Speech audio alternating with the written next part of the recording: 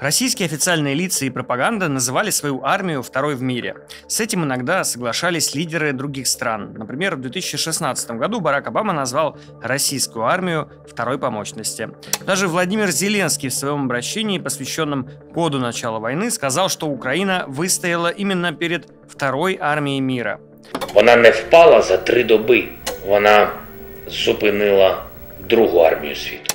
Однако спустя год после начала полномасштабной войны эта фраза стала мемом, а успехи российских войск в Украине вызывают вопросы. Почему российская армия почти сразу начала терпеть неудачи на фронте и почему она продолжает уступать позиции? Это наш новый формат, в котором мы максимально коротко и доступно объясняем, что происходит с нами прямо сейчас. Подписывайтесь на канал, ставьте лайки и жмите колокольчик, чтобы мы могли делать больше таких видео.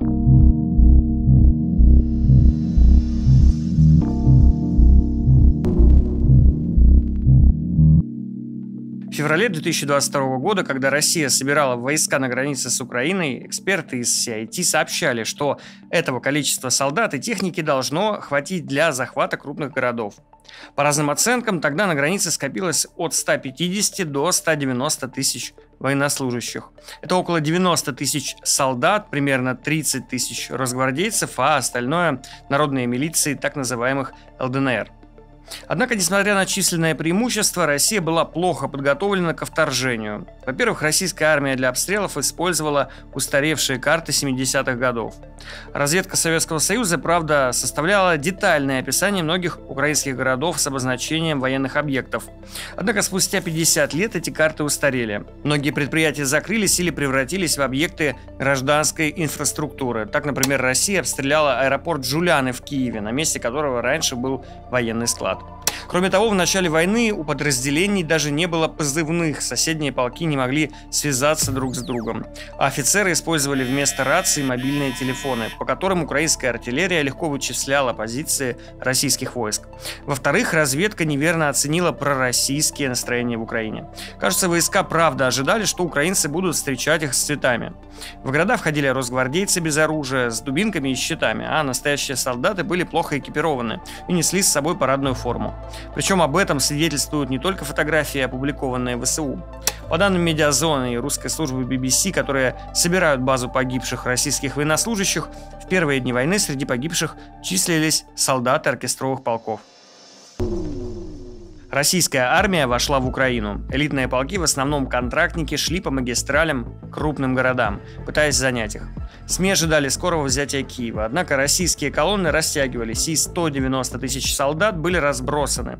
Так было легче наносить артиллерийские удары по вооруженным силам, колонны буквально жгли. К тому же ВСУ нанесли удары по снабжению, тем самым оставив российских солдат без топлива и подкрепления уже в первый месяц войны.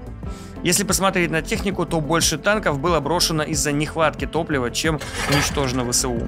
Сначала какие-то успехи у российской армии были на южном направлении. Эксперты объясняют это тем, что Южный военный округ считается более подготовленным в целом по сравнению с остальными, а в приграничных с Крымом населенных пунктах были действительно пророссийские настроения. Огромная ошибка российской армии. С начала войны не было понятно, кто именно руководит наступлением.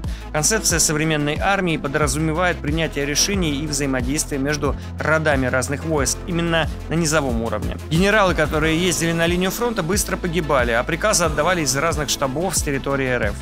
Из-за нерелевантных указаний, например, российские танки шли на штурм Угледара по заминированным полям или пытались пройти через реку под Белогоровкой и потеряли более 100 экипажей и машин.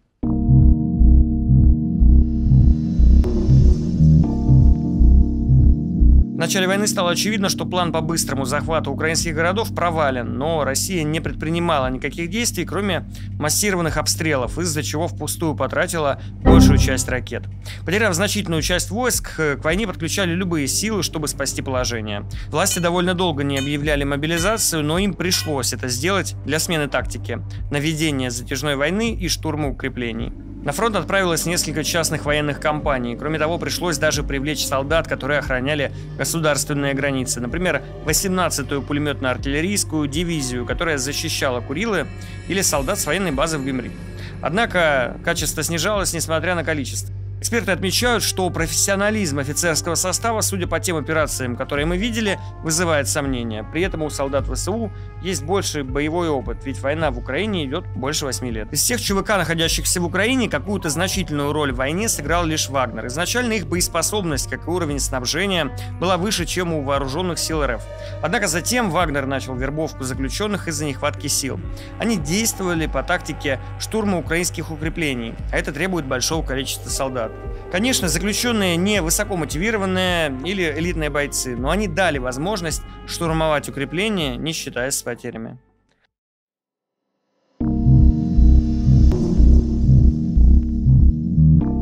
Как раз из-за больших потерь, проблем со снабжением войск и провалов по закреплению, российские войска перешли от стратегических задач к тактическим. Хотя в российской доктрине и прописано, что современные войны заканчиваются быстро, армии все же пришлось перейти к затяжной войне.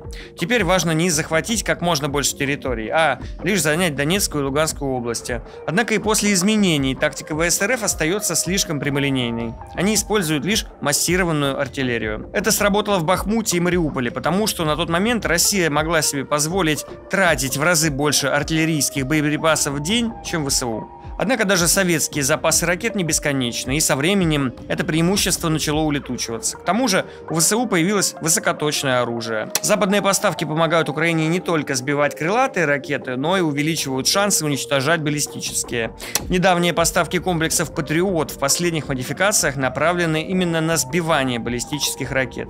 Преимущество ВСУ в вооружении росло и продолжает расти. Например, в американских системах залпового огня «Хаймарс», в отличие от российских, каждая ракета имеет спутниковое наведение.